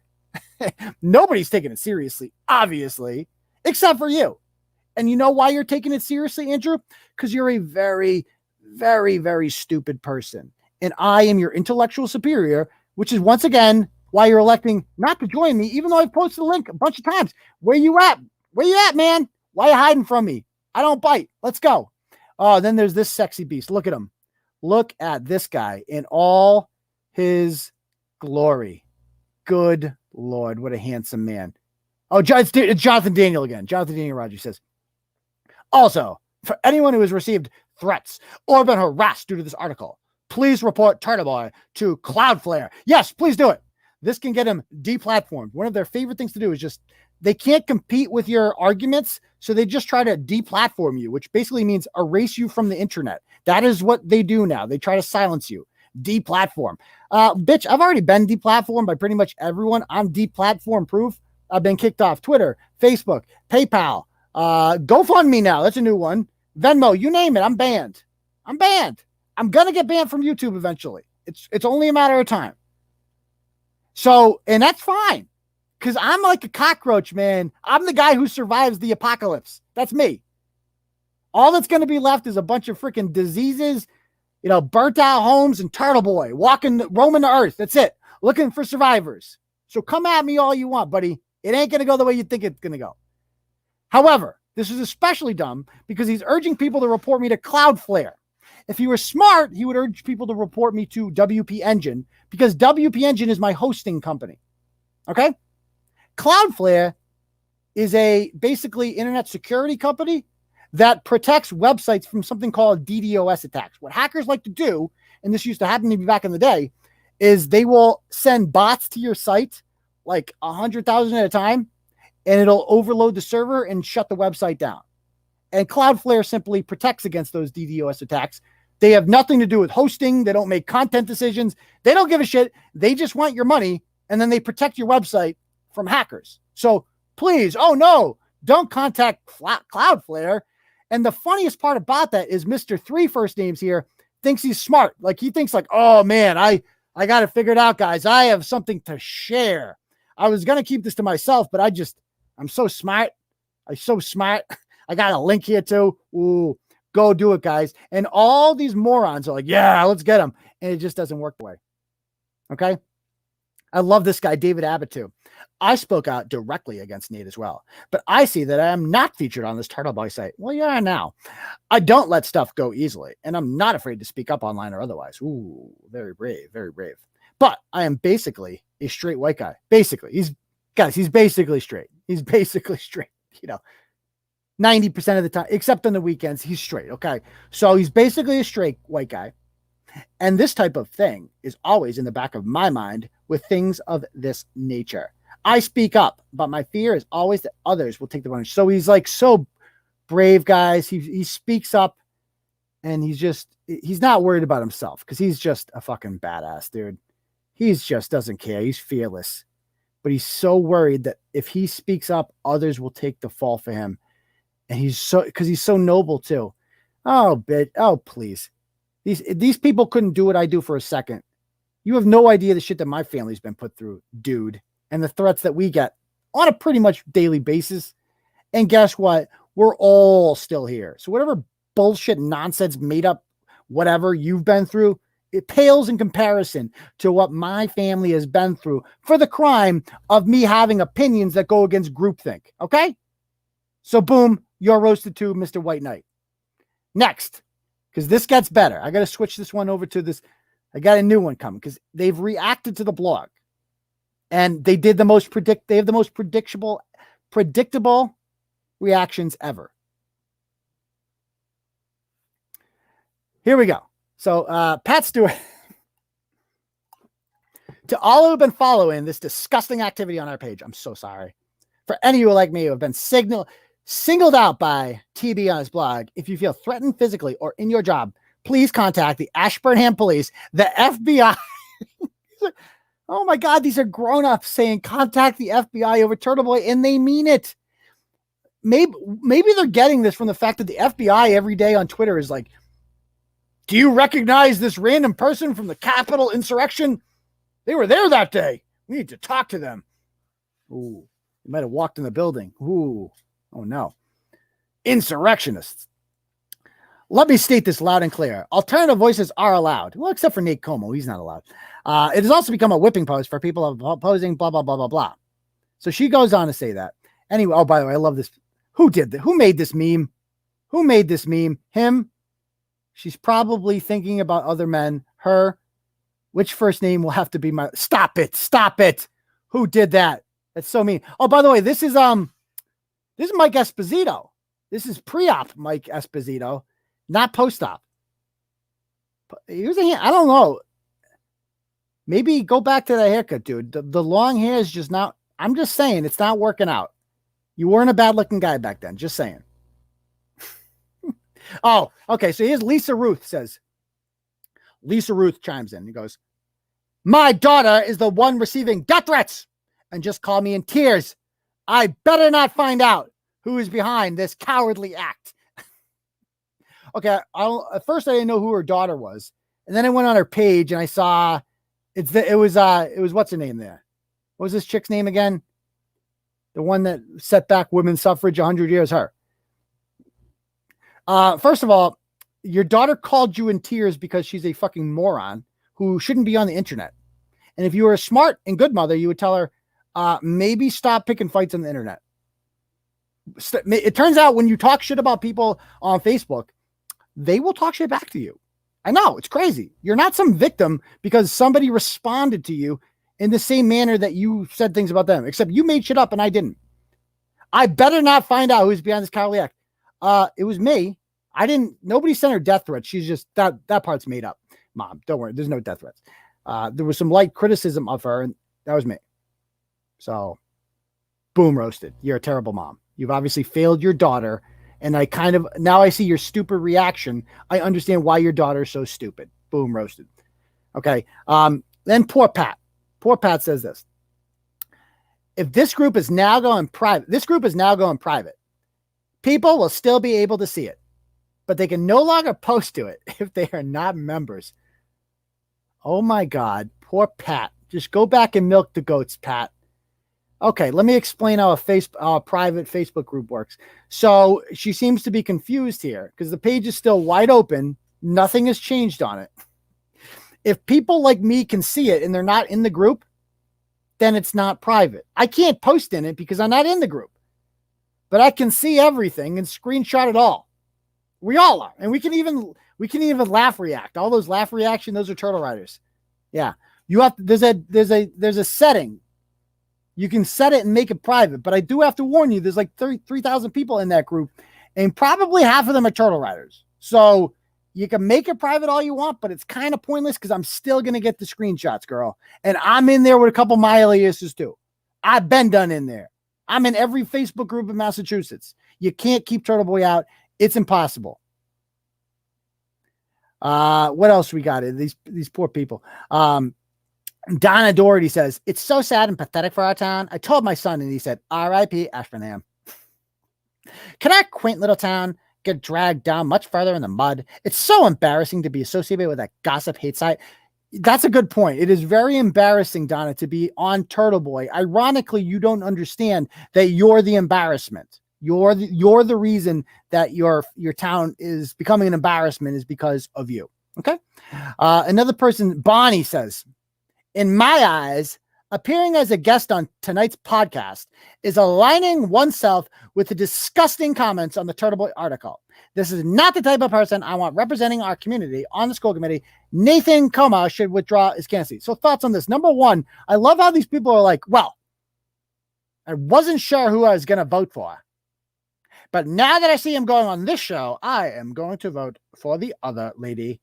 Okay, bitch, you weren't going to vote for him anyway. Shut up. Stop acting like your vote was up for grabs. You're just a liar. Number two, going on a show that you disagree with, or going on a show does not mean you agree with that show's values. Not that it matters. I think we're kind of on the same page. But even if he didn't, I would take any liberal on here. They don't come on. I mean, like people like Andrew are hiding. You're welcome to come on too, Bonnie, but I know you're not going to because you're a coward too. So she writes this and says this. And of course, again, she can't point to anything offensive that I said. So she has to point to the disgusting comments because these people have nothing. They have nothing. And by the way, Bonnie, you and your, you guys look like Shanann and Chris Watts, okay, before things got ugly. So boom, roasted, have a seat. Next. And they do, don't they? I mean, I saw that. I'm like, oh, geez, Louise. So is Bonnie in the feed? And where did our guy go? Did he disappear? Andrew, is he gone? We're almost done. Because there's a couple more comments I want to bring up. Anyone else? Anybody that roasted want to come up and defend themselves? Ratchet Redemption. You're welcome to. Who else? Mike Esposito. Oh, this guy's a real gem. Poor Mikey. He keeps going. Okay. Chris Watts is in this. Come on. Stop it. Anyway, so let's read Mike Esposito's comment.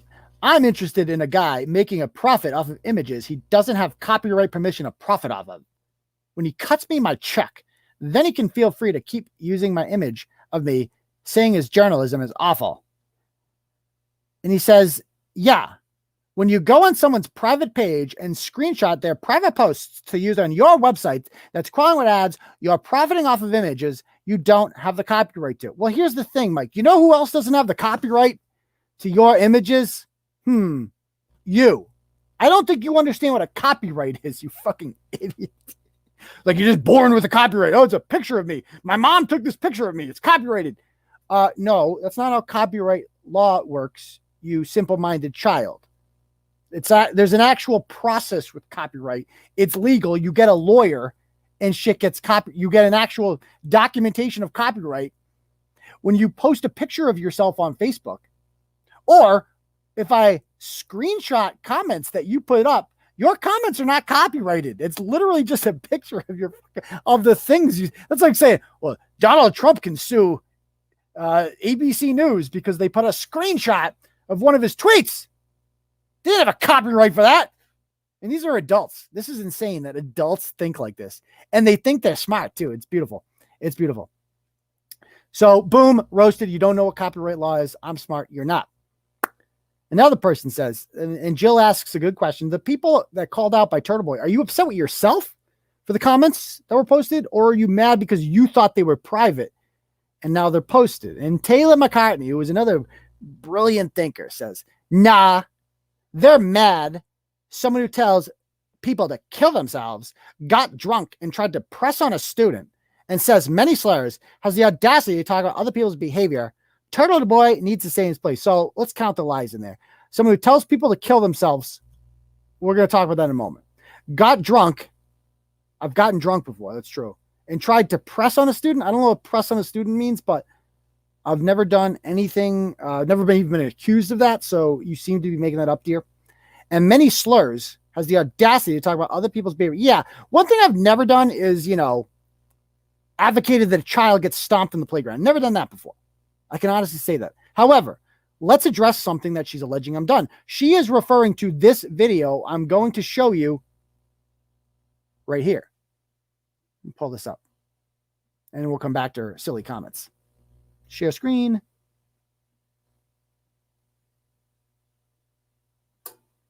So this little video, a montage of my greatest hits, if you will, is often used against me. So let's address some of the things in this video for a moment, shall we? Let's play it. Kill myself, bro. I could kill myself. And you should. I kill myself because of you. You won't do it. Yeah, I should, exactly. Oh no, he has a family. My favorite one is this one. Brother of Paul Kearney, Cohasset School Committee member.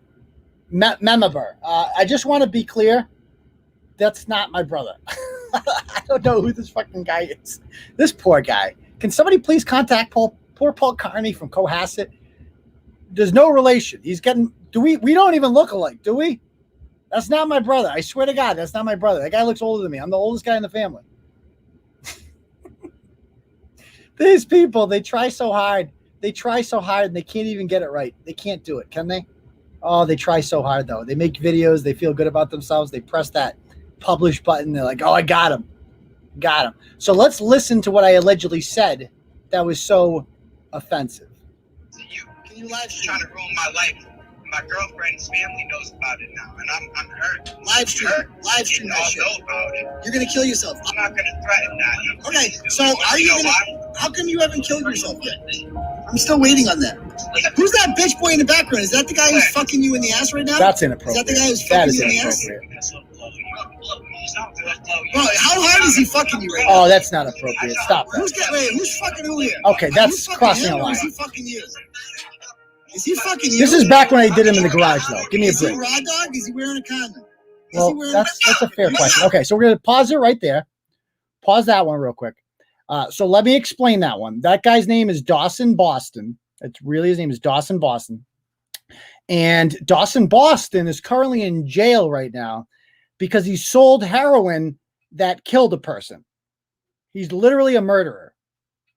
And I had him on the show because heroin dealers are murderers, in my opinion. They're the lowest form of life. They prey on vulnerable people and they profit off of them, right? And what Dawson Boston was attempting to do was weaponize suicide against me. He came on the show and he's like, oh, yeah, I'm going to kill myself to prove a point. And you're going to be in big trouble when I kill myself. Of course, he wasn't really going to, because anybody who was actually suicidal would never weaponize their. I've been in there before, I've been there before. It's heavy. I didn't tell anybody. I told one person and it backfired. But you don't go and like weaponize it like, oh, I'll show you. I'm going to kill myself. No, that is a very low thing to do, to attempt to weaponize a very serious thing that millions of people have suffered from before. And you're attempting to weaponize it. You are the lowest form. Of course, he's not going to kill himself. He's not suicidal. So I was mocking him. And I regret absolutely nothing. I was right the whole time. So no, I have not actually provoked somebody to kill themselves. There's a lie. I was mocking him, you child. Let's go on in this video. Anything else? Yeah, it's great. Well, Oh, this girl. Remember this girl? Was this the Tiverton Gouda gremlin? This is the chick who almost she live streamed herself from the bathroom and almost took a dump on the show. If you take a dump on this live show, it will be the highest rated live show of all. Inappropriate. I know it's you. Hey, Inappropriate. How big is your cock? That's okay. So this one's not fair. This one. Okay. So I got catfished by a lunatic named what the hell was that guy's name? Manny something? I don't know. I blogged about them. These two criminals who went to jail. They were buddies in jail together.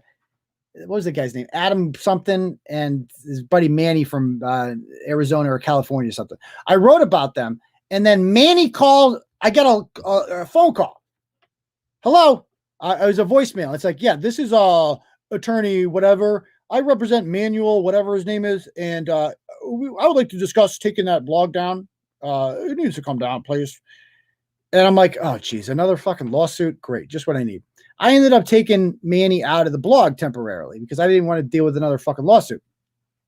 Well, as it turns out, that was Manny. Manny was pretending to be an attorney, prank calling me from a burner number.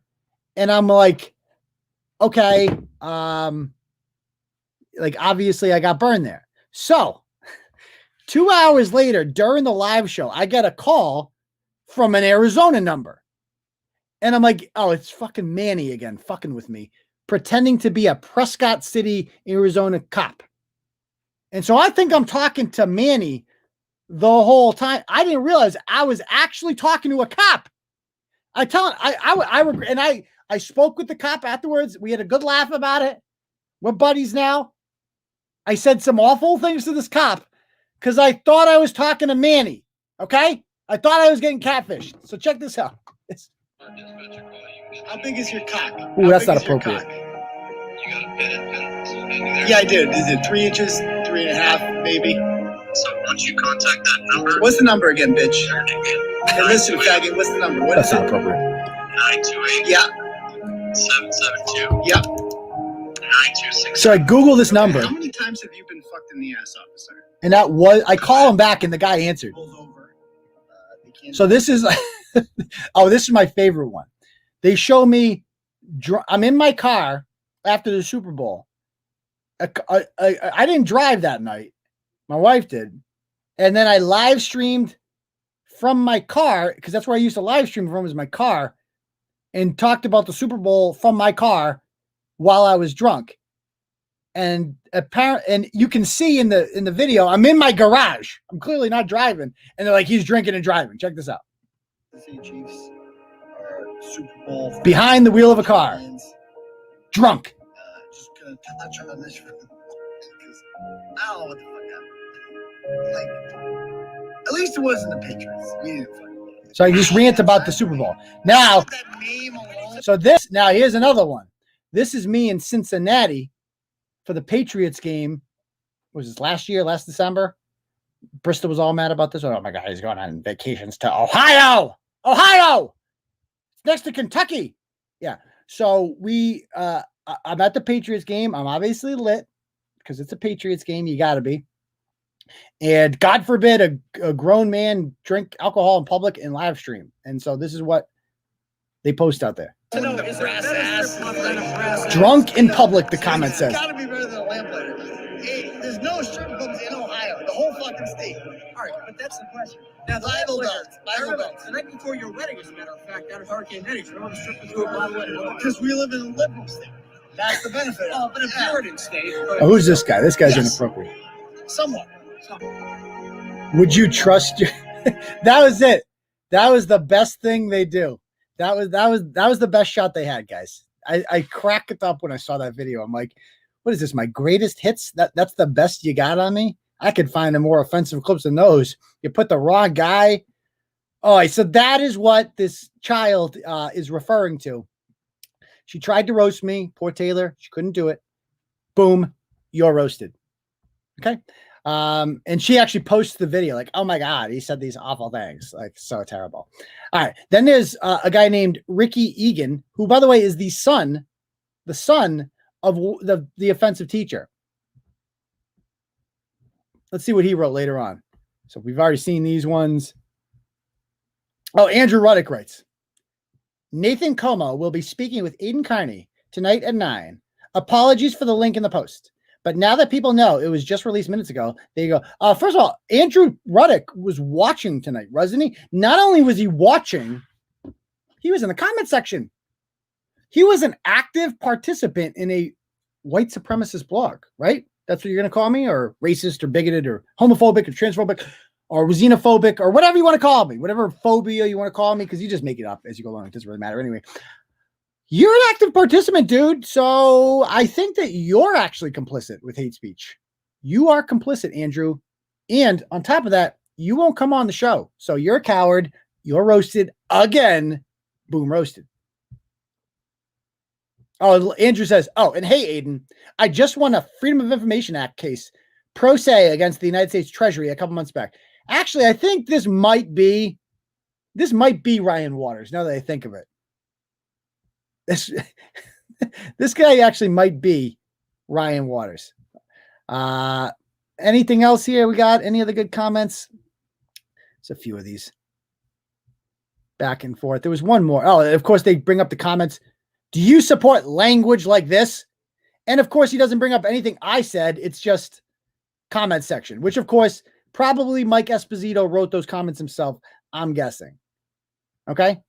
Shame on him for embracing Turtleboy and his crew of bigots. This is utterly disqualifying for a comment. You know what's disqualifying? Having 3 first names. That should be disqualifying for even being a member of civilized society. Have a seat. You're roasted again. Oi. Okay. Where was, here's the Ricky Egan one. Aidan Kearney, aka Turtleboy, is a pathetic ex-teacher fired from Shepherd Hill for making drunken advances on a student. Okay. So it lies so far. Ex-teacher was not fired. You spelled Shepherd wrong. And I did not make any drunken advancements on a student. You're 0 for 3 so far. Who now runs little more than a gossip blog for racists and bigots to comment on. Okay, so line number 3, that this is a gossip blog. This is a blog that has taken down some of the most powerful institutions in Massachusetts. Ask the state police about me. And racists and bigots, no, there's no racists and bigots here. However, many of our critics, like yourself, are bigots. I have done some research into this, and I found out that Ricky Egan, he molested small school children. Yeah. And then he called him the N-word because I found out in the underground through my sources that he is actually the leader of a white nationalist cult of pedophiles. Yeah. I did not want to keep this a secret, but he insists on throwing these out there. Do I have evidence to prove this? No. But neither does he. So that's just how we're doing things now. So watch out for Ricky Egan. He is a white nationalist pedophile. Okay? Just throwing it out there. If he wants to come on and debate me otherwise, he's welcome to. His mother, who is a teacher and liked the comment in question, she might be too. As a matter of fact, I'm just going to go out on a limb and say she is. Okay? He goes on to say, Antoinette Nate, I can't tag your husband, but he is pathetic for collaborating with this man. Anyone still voting for Comeau needs to be seriously evaluate their view of it. I mean, these guys are so awful. This is like a walking advertisement for voting for Nate Comeau. Boom, you're roasted. Final one of the day. Okay, so it's been a long show. Holy shit for a Tuesday night. But the freaking video. Oh, we have Mike Esposito's voice. Somebody just told me. I got to hear this. Somebody said they just messaged it to me on Messenger. Let me bring it up. Okay, I got to hear this. Somebody said they have his voice. I got to hear this. Oh my gosh. Where do you see this? Hold on. I got to bring it up. Don't message me on Facebook if you're on Facebook right now. It'll pop up. Warning. We don't need one of those again. We all know about that. All right, definitely. I guess to start, we can kind of describe what is homegrown cannabis versus product that you might find at a recreational or medical dispensary. In Massachusetts, I believe that an adult is able to grow 6 plants for personal use. So I would classify homegrown as pretty much anything that somebody's growing on their own. Doesn't require state-mandated testing like an RMD product, RMD being registered marijuana dispensary. But yeah, this is basically stuff that hobby growers are producing for themselves, myself included. Even if you don't particularly enjoy cannabis or utilize it, it's really a blast to work with the plant. Very, very fun agriculturally. So, yeah. How's it fun agriculture? Like, what do you mean by that?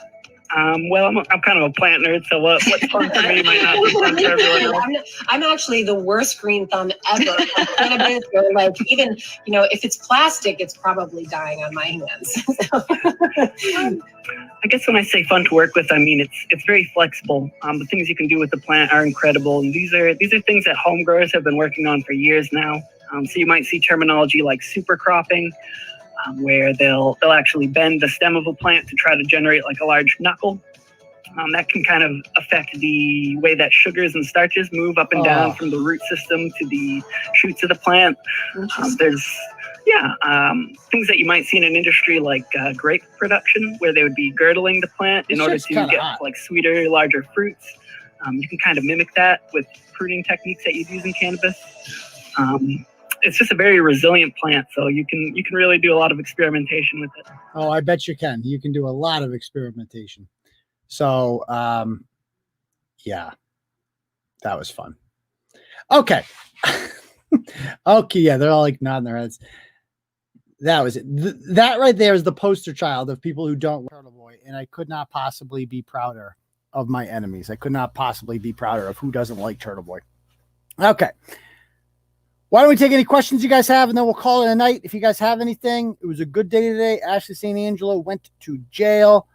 We raised thousands of dollars for the legal defense fund. We're going to keep that going, keep that momentum going. We're going to beat all these people. We're just going to destroy them. Somebody messaged me today. They're like, haven't you thought about quitting? I'm like, I don't have a choice. Like, what am I going to get? If I get a job somewhere, like suppose I just quit this, right? Which it would go against everything I believe in and all my principles, just quitting to avoid confrontation and problems. But on top of that, oh, interesting. Katie Sparks' husband is also a member of the school committee. Somebody just said that's interesting. But anyway, if I were to do that and get a job somewhere, you think these people are just going to stop? They're not going to call up my job and like demand I get fired. And then my employment is in the hands of somebody else and I have no control over it. And I wouldn't be able to say the things that I want to say. No, this is my life now. This is my life. There's no quitting. It's like selling meth. You don't just leave selling meth, do you? Like Walter White didn't just get to walk away. That wasn't an option. They killed the cook, and Gale had to die, didn't he? So if you know too much, you can't just leave. Once you're in this game, once you're in the game, the blogging game, you're in this shit for life. There ain't no walking away. Ain't no walking away. Okay, anything else, guys? Any other questions? And again, the legal defense fund, if you guys feel like donating, I really appreciate that. Thank you very much. Very kind of you guys all. Yeah, we need a Mike G update. It's been a while. I haven't heard from Mike G in a while.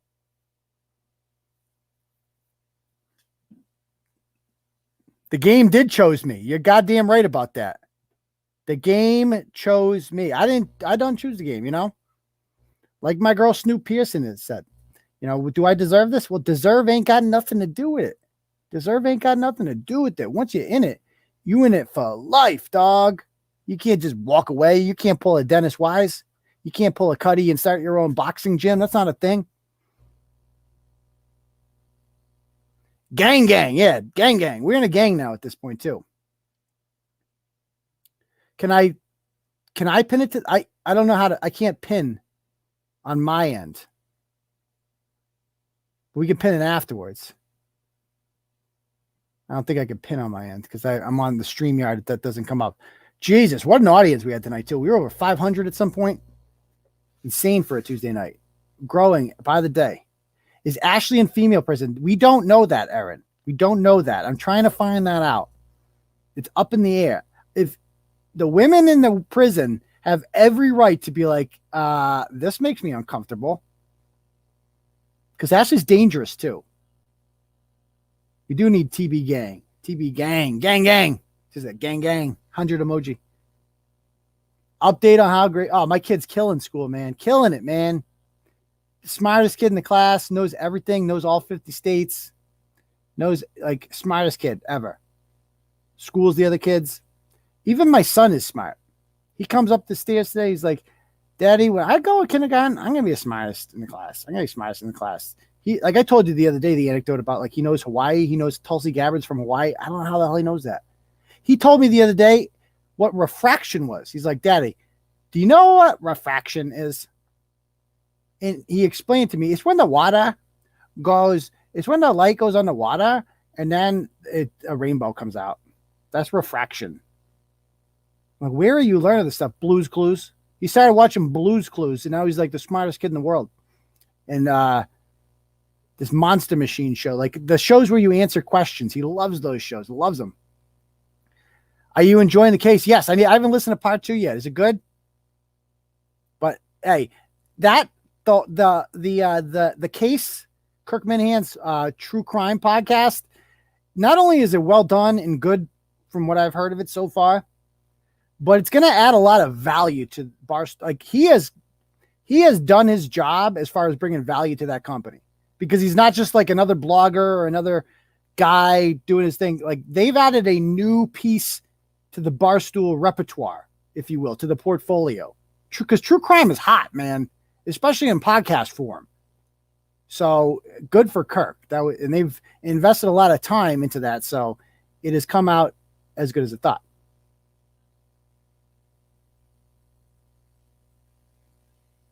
Anything else?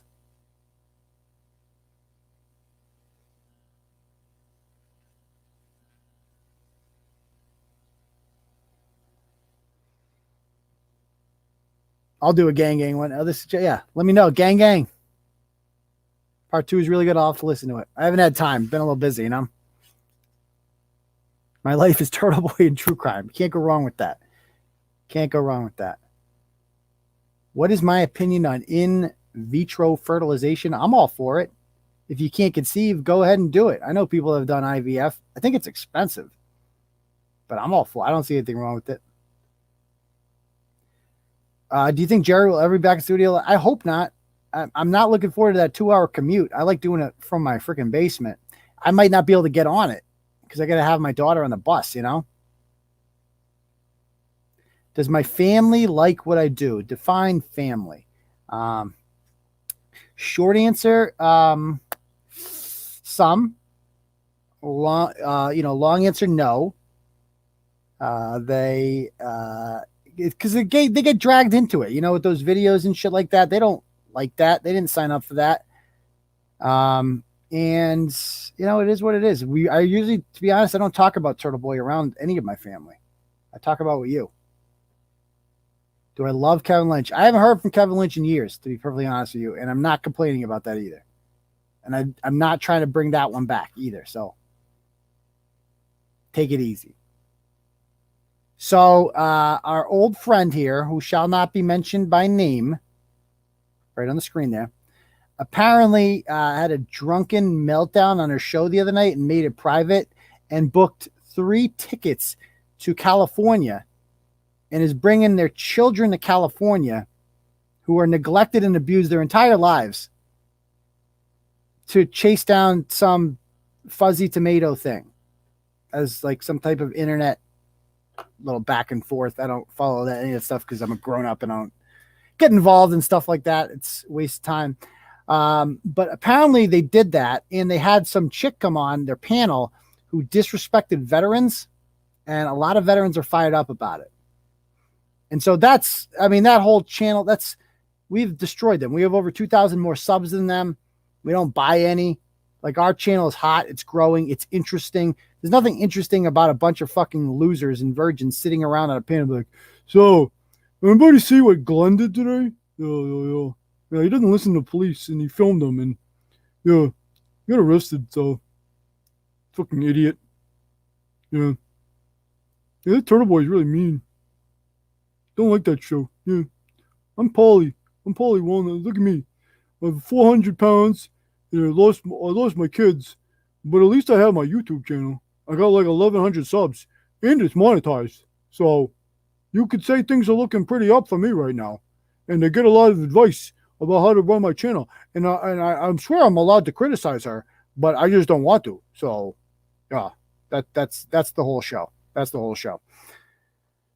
What do I think about the J&J vaccine? Good questions. The Biden administration continues to be the biggest fucking joke around.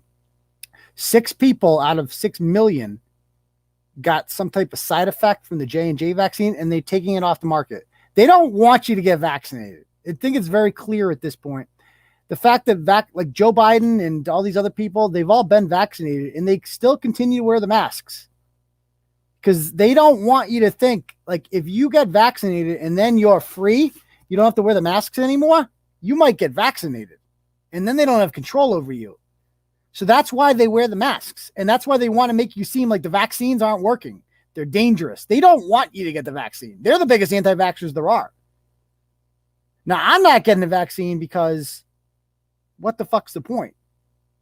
You don't get anything out of it. I'm not worried about coronavirus. Whatever. Like there's no benefit to it. Why would I want to get the vaccine for? I'm not worried about it. So yeah, their whole thing what the government is attempting to do. They realized that, oh shit, the vaccine came about too quick. Trump got that shit done. Because the second the vaccine comes out, the pandemic starts to end. And that is Tony Fauci's worst nightmare, man. That is a nightmare. Like I said the other day on the show, the second this pandemic ends, Tony Fauci goes back to being irrelevant. The steak dinners end. The invitations onto MSNBC panels end. The holidays in his name end. First pitches at Nationals games, those end.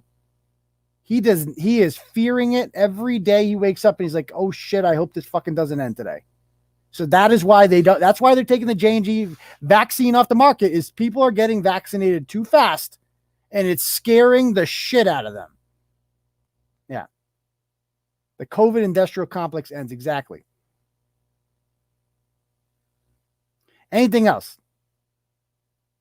Didn't it affect 6 people? 6. Like, this is what we're doing. Oh, the new strains. That's a new thing, too. New strains. Oh, the new strain. Who didn't see that one coming? We got the vaccine doesn't protect against this strain. No, who gives a shit? Like I said the other day in the show, just stop wearing masks. Just stop doing it. I haven't done it in a while. What is people's problem with Jen Altman? Can we get rid of Jen? What's your problem with Jen Altman? Why do people hate Jen Altman? Because she disagrees with you? I mean, I disagree with Jen Altman like 90% of the time, but I enjoy the back and forth because she's not like she's very confrontational. Like, I go on a thread, it's like Jen Altman has commented like 10 times. Like, she just goes to war with everybody in the comment section. She never like agrees with anyone. It's always a disagree thing, but that's fine. Like, I like a little confrontation. I like being challenged. And when I have time, I go at it with her. But like, what are you afraid of? Like, what, she doesn't bite. What are you guys afraid of with her? You know? Like, people have this thing with her. They're like, get rid of her. It's like, why? What's wrong? Like, she's the other voice on your shoulder. That's what she is, you know? That's okay. But like, at least she comes. The blocking is interesting. She's blocked a lot of people, I guess. But I mean, I don't understand that. But you know what? If she blocked you, then you don't have to see what she said, right? Problem solved.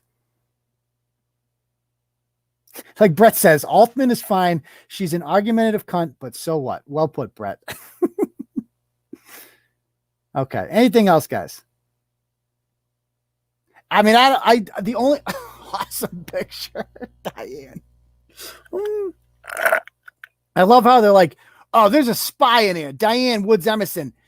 She works for Turtleboy. Oh, they put it together. They figured out the last name, the Woods Emerson. I'm not Diane, as you can see. I'm bringing up Diane's comments now.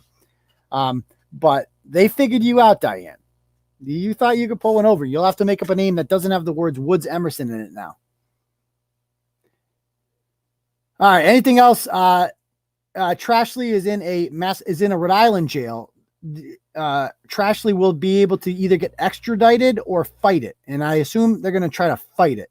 So that means they're going to stay in Rhode Island for a bit and then get arraigned eventually in Fitchburg District Court.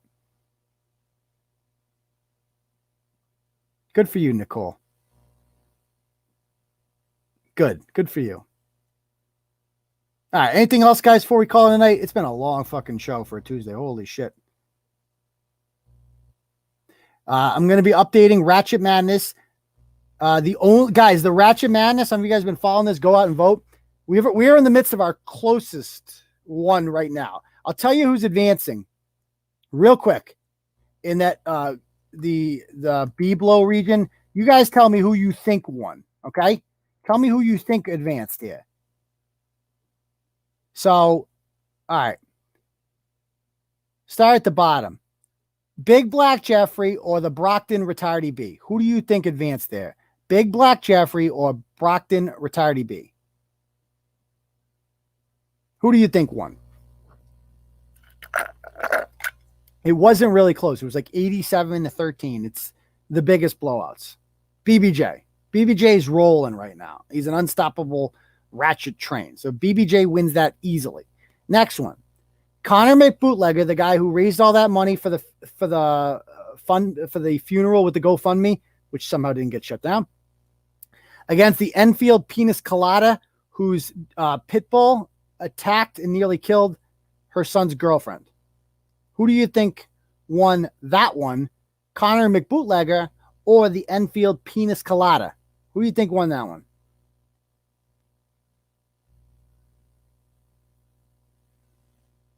Take a moment to answer that one. Now, this one is pretty close. This one's like a 53-47 one, and Connor McBootlegger barely won. So he survives and advances. He will go against Big Black Jeffrey. He's going to get killed, I think. Then we have the next one. The Ludlow Slug Pump sisters, those Jessica and Danielle Martin, versus Rotund Ronda Rousey. And that was the chick that beat up the chick in the Saugus Walmart. Who do you think won that? The Ludlow Slug Pump sisters or Rotund Rousey? Who do you think won that one? This one was not that close. This was like 63-37.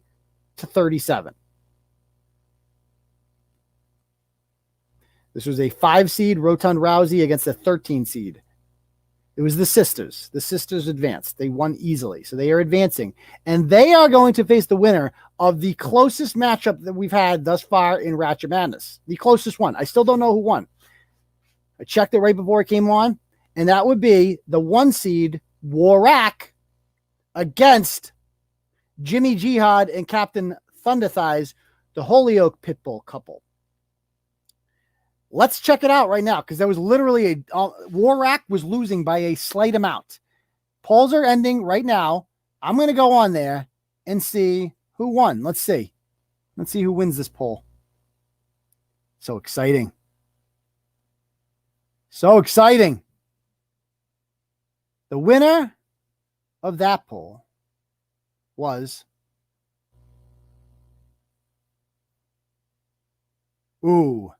goodbye, Warrack. They're the first 1 seed eliminated.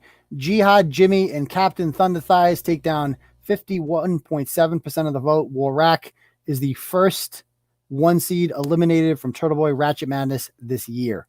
Where do you vote? Every day I publish a blog about it on the website. Just go right on it and vote. You got 24 hours. So anyway, come on, guys. Give me a break. People were so mad about that. That was the most controversial thing, was giving Warrack a 1 seed.